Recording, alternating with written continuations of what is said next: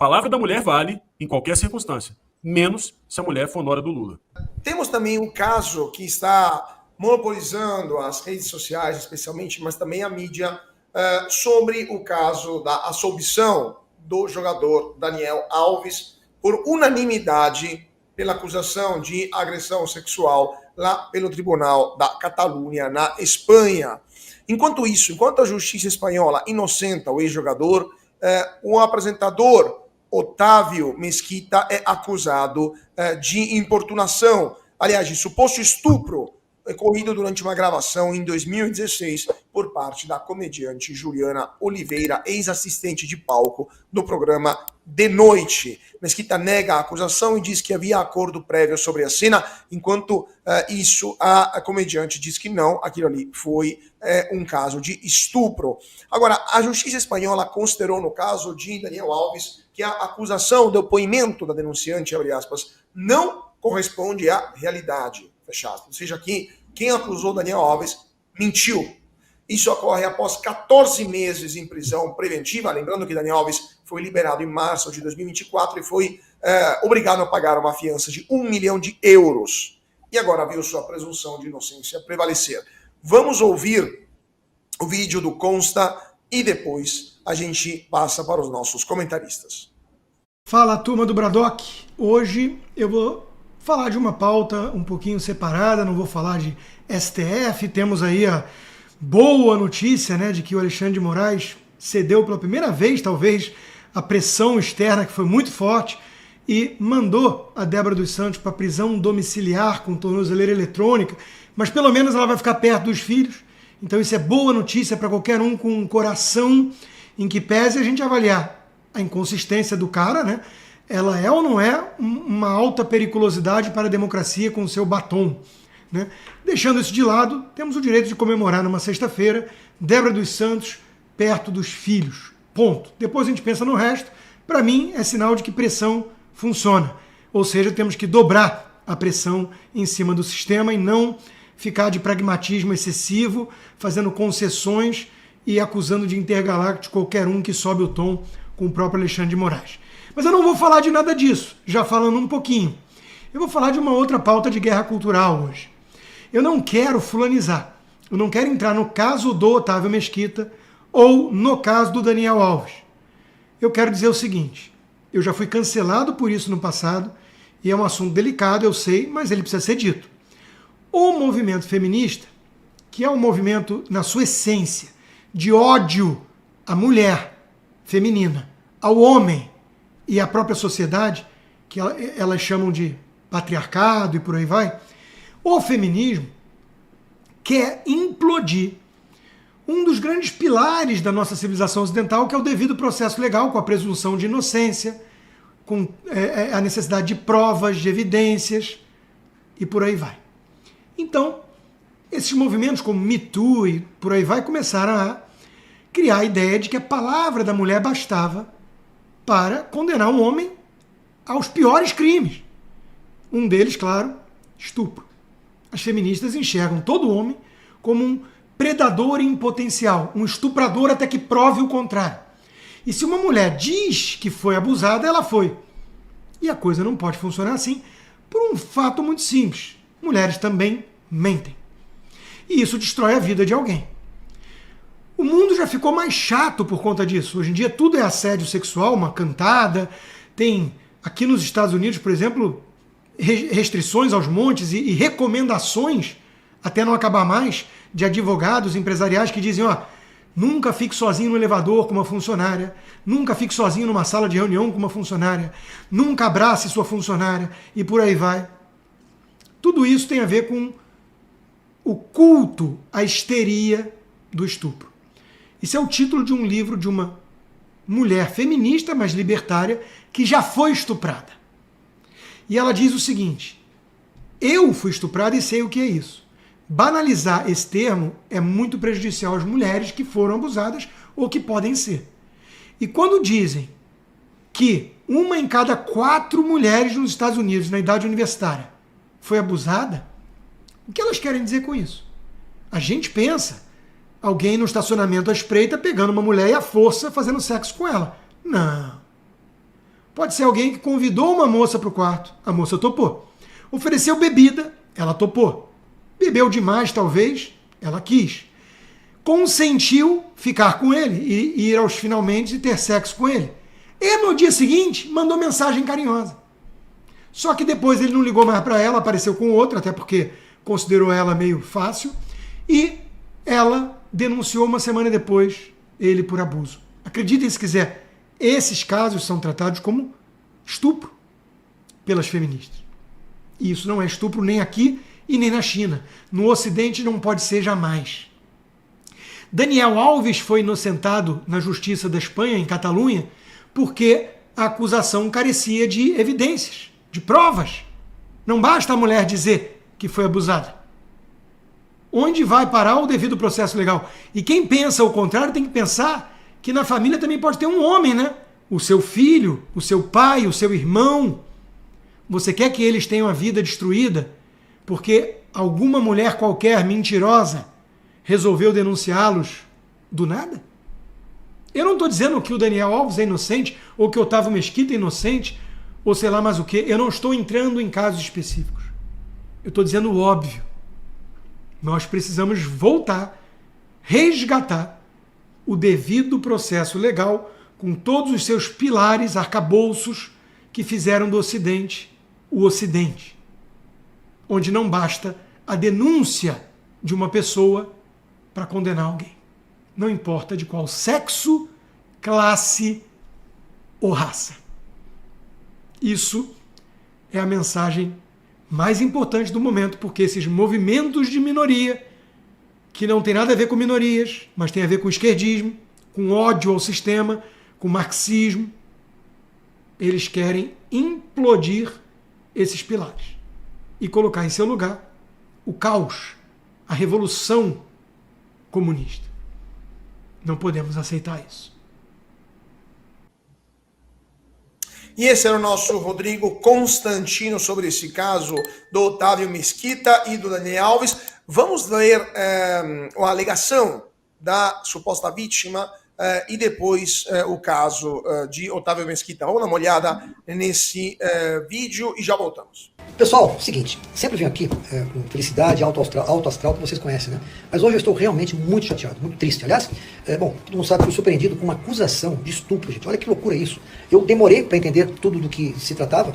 No fim, percebi que esta acusação era sobre uma brincadeira na abertura do programa do Danilo Gentili, que foi tudo combinado aí de uma maneira informal, onde eu participei, aliás, como convidado, né, em 2016. Olha isso, tempo que foi isso. Mas enfim, esse programa dos tempos atuais, sei que não repetiria isso, né, porque naquela época podia brincar muito, mas enfim, a distância entre o que aconteceu no palco e um estupro é gigantesca mesmo, é absurdo isso. Bom, encaminhei o problema aqui para os meus advogados e confesso a vocês que vou manter vocês todos informados nisso que aconteceu. Que lamento mesmo, mas você sabe quem é o Otávio Mesquita ao longo desses 65 anos de idade, 40 quase de televisão, porque sempre foi uma pessoa muito brincalhona e sempre respeitei todo mundo, nunca tive nenhum processo. Mas agora estou meio chateado.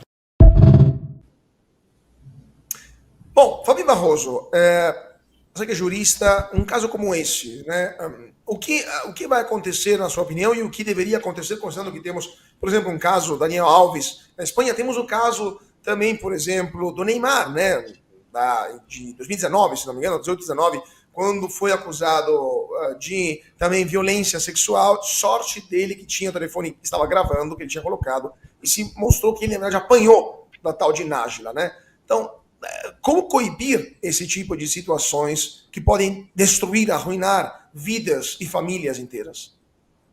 Bom, primeiro eu vou falar aí rapidinho do Otávio Mesquita. Gente, essa cena foi filmada. Comparar isso com estupro, vamos lá, né? Estupro é algo assim muito violento, deve ser algo, Deus me livre, né? Deus nos livre, aliás, é algo que não pode ser minimizado e sinto muito, né, Juliana? Não dá. Não dá porque está filmado, é óbvio, foi uma brincadeira, se fosse qualquer coisa, passou todo esse tempo, chega a ser ridículo, porque a gente tem tanta violência real no Brasil. Não dá para dizer que isso é violento, que não dá, gente, desculpa, mas se for só essa cena mesmo, pelo amor de Deus, né? Aí, olha como é diferente, o caso Daniel Alves. Lá nós tivemos a violência de fato, assim, alegada pela mulher. O que eu quero falar disso? eu sei que tem criança assistindo, etc., mas houve de fato o ato. Aí a discussão é se houve violência ou não, se foi consensual ou não, e tudo isso aí que foi apurado na justiça. O que ficou constatado, ao que me parece, por isso a decisão já em segunda instância do Tribunal da Espanha, que, aliás, tem uma agenda bem a favor das mulheres, tá, gente? Lá eles têm programa específico. Então, para constatar que não que houve ou que não houve, porque é difícil, mas se as provas trazidas aos autos ficou deficiente. Então, não é se o que ela sentiu, não é por aí. O direito, ele vai, né, através das provas. Felizmente ou infelizmente, sempre um vai se sentir prejudicado. Nós tivemos casos icônicos, o maior deles, na minha visão, que não é de estupro, mas é de denúncia vazia em relação a uma mulher ao homem, é da Amber Heard e do Johnny Depp, que teve aquele julgamento icônico, onde se mostrou que a palavra da mulher não deve valer. Gente, não deve valer, eu sou mulher, tem que ser apurado. E as questões de estupro, que realmente são violentíssimas, e no Brasil, eu tenho amigas até que trabalhavam nessa parte, na parte médica daqui de São Paulo, e resolveram parar porque chega-se muitos casos, tá? Isso é constante, reais, de mulheres que são vítimas desta atrocidade. Então, cada denúncia, cada apuração, cada levantamento disso, desse papo fulanizado e não de uma forma contundente como tem que ser. Agora, como resolver, gente? Bom, aí tem umas dicas que é o que a polícia fala e nós devemos aqui replicar. Qualquer mulher que tenha sofrido violência, que seja estupro, até atentado violento ao pudor, outro tipo de violência que seja abuso, de fato, constatado ou tenha sentido, vá direto para a delegacia, vá direto fazer exame de corpo em delito, porque fica ali esclarecido, né? Eu acho que isso tem que ser realmente dito por nós, porque tem delegacia para isso. É difícil, mas é por aí. Não dá agora para esperar 10 anos, né? E ir lá, não sei com qual, eu não tenho nem condição de julgar isso, né? Com qual a intenção, mas de fato aí fica muito claro. Eu fico imaginando de novo, né? Eu fui criada com trapalhões. Imaginem só se eles fossem vivos, né? A maioria ali, o que seria, né? Gente, a gente vai mudando o que precisa, mas não dá para ser assim a forças, né? Então, calma, pessoal, calma. Todo juízo errado acaba trazendo também danos para as famílias envolvidas. Eu não vejo o Johnny Depp que ele perdeu, né? E acho que dificilmente ele vai retomar, por mais justo que tenha sido ali o julgamento e tenha ficado exposto. Tem o caso, eu vi aqui no chat do Marcos Melling, tem diversos. Ana Hickman, né? A gente poderia ficar aqui uma noite falando de casos duvidosos. E a gente tem a violência real, a gente tem a violência de fato. Acabei de ler uma notícia que um preso feminicida aí foi solto e na saidinha, matou hoje, tá? Isso aconteceu hoje, a sua ex-companheira a facadas. Então, a gente precisa achar o meio termo, que a violência é real.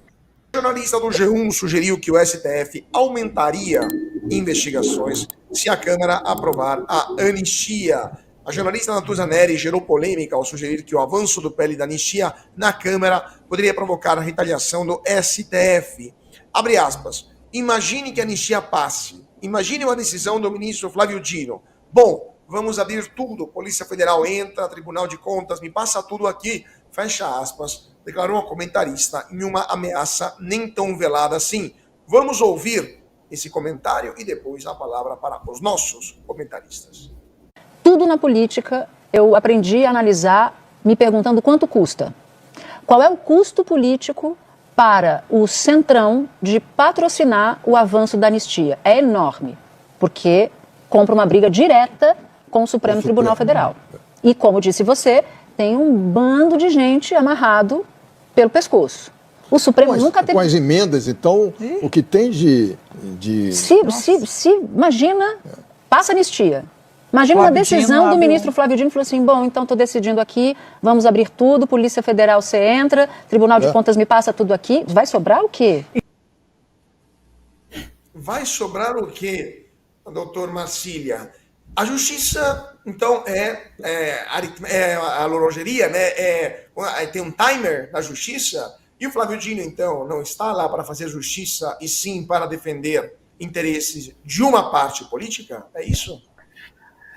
Caute, veja, é claro, os jornalistas aí, vamos chamá-los assim, apenas por hipótese, eles, claro, têm o direito de fazer essas análises, mas a análise ali é mais ou menos como se tivesse em algum momento alguém falando, olha, e se em 68, olha, e se o DOPS passar para cá? Talvez a gente deva pensar que assim, a pessoa pode ser exilada, tal, assim, porque é isso, a gente está falando aqui não é de política, a gente está falando de ilegalidades, a gente está falando de uma normalização de ação de um poder que está agindo ilegalmente. Se o STF pode fazer tudo isso que está sendo nos achando normal, que o STF faça mais do que política, mas sim que o STF utilize de forma abusiva o seu poder para obter resultados políticos. Isso não é fazer política.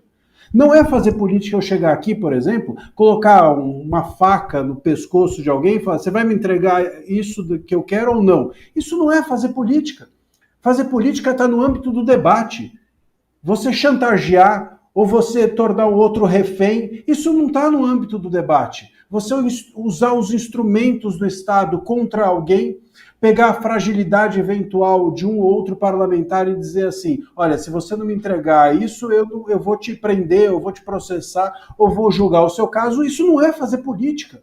A gente não pode normalizar o STF fazendo política e a gente não pode normalizar a utilização abusiva, repito, do poder como se isso fosse um instrumento político.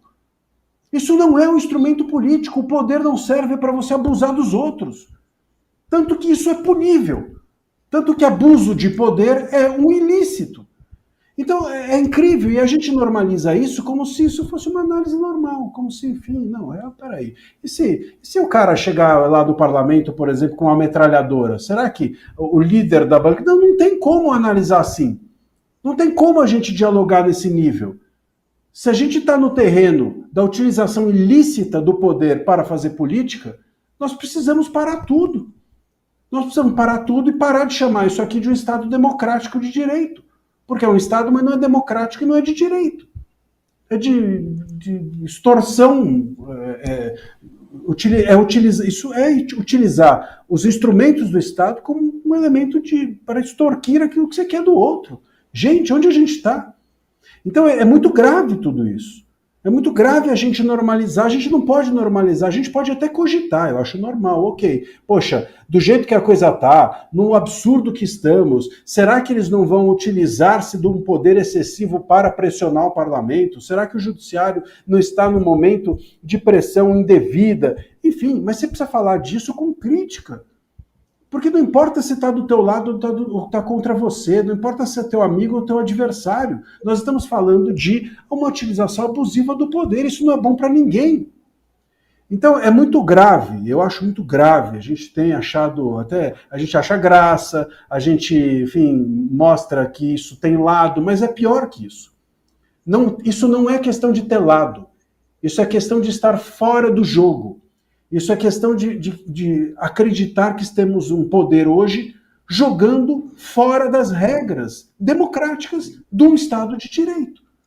Como é que a gente senta e toma chazinho, cafezinho e fica, você não acha? Poxa, então não é assim, pô.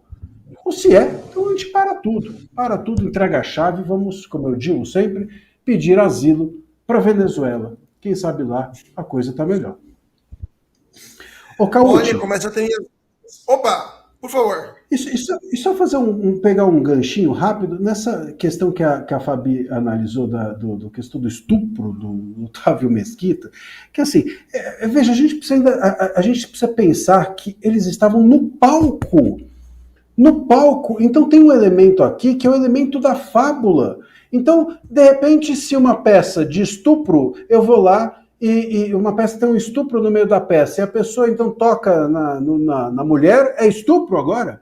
Ele estava no palco, era uma encenação, claramente ele estava entrando, como eu disse a Fabi, se é só isso, é uma loucura, porque o elemento ali é fictício. Então, se eu escrever um livro sobre estupro, eu sou um incitador do estupro. Se a pessoa atuar no palco numa peça de estupro, pronto, ele vai ser processado e preso. A gente realmente perdeu totalmente o limite ali da expressão lícita e vulgarizamos a criminalizar qualquer coisa. Marcílio, só 2 informações. A primeira, ela foi demitida do SBT há pouco tempo. Então, essa é a primeira informação. Se tem relação ou não com a história é outra coisa. E a segunda informação é a seguinte. Hoje, para alguns juízes, já existe a consideração que qualquer coisa é estupro. Qualquer ato libidinoso, qualquer toque já pode ser considerado estupro. Portanto, dentro da lógica do movimento feminista, tudo é estupro. Inclusive, teve uma senadora do meu estado que fez um projeto de lei para condenar e punir olhares. Esse projeto foi retirado do Senado depois que houve proteção. O Caúde quase caiu, mas é verdade. Senadora Rose de Freitas, ela falou que cometeu um erro. Então, não duvide da capacidade do movimento feminista, porque a palavra da mulher vale em qualquer circunstância, menos se a mulher for nora do Lula. E vale, desculpa, a gente menos lembrar se for a que... Débora. Menos se for a Débora. Aí não vale. A palavra da mulher vale. Se não for a nora do Lula, em relação às acusações que ela fez ao filho do Lula, ou a Débora, ou qualquer outra patriota que eventualmente diga que só foi para a rua protestar porque não queria pagar caro na carne e no café. Isso aí. E vale a gente lembrar que nós comentamos aqui, não lembro se ontem ou anteontem, um projeto da Tabata que queria, inclusive, para a violência doméstica, abrir mão de corpo de delito. Ou seja, você não precisa nem estar realmente machucada, demonstradamente machucada. Basta você contar ou dizer, ou mostrar uma foto, ou qualquer coisa do gênero. Porque provar que você sofreu uma violência ofende o ofendido. Quer dizer, então a gente inverteu a coisa de tal maneira que chegamos num ridículo desse. O cara desce de Batman, de uma corda, de ponta cabeça, no palco, encosta na moça e vai preso por estupro. Quer dizer, se você contar isso para os nossos netos um dia, eles vão falar assim, não é possível, não é possível. Vão virar e falar assim, olha, menos 13, nota menos 13 para essa sociedade que você viveu, vovô. Agora, o comentário da Natuza Neri é a constatação de que o Estado de Direito no Brasil está sendo estuprado. O que ela disse ali é que se o parlamento apresentar qualquer contestação política à cúpula do Poder Judiciário, esse parlamento vai ser arrebentado com a força do Poder Judiciário, com a utilização da lei sem a legitimidade perfeita para promover repressão. O Barão de Montesquieu, no espírito das leis, classificou a parceria esquisita entre o executivo e o judiciário, ou judiciário e executivo, para promover o arbítrio pelo termo tirania. É isso. Tirania é o estupro da democracia. Você precisa assistir o melhor canal de notícias do Brasil. O programa que fala de tudo, que deixa você informado sobre tudo o que acontece no Brasil e no mundo. Ao vivo, todos os dias, no YouTube. Clique aqui e se inscreva.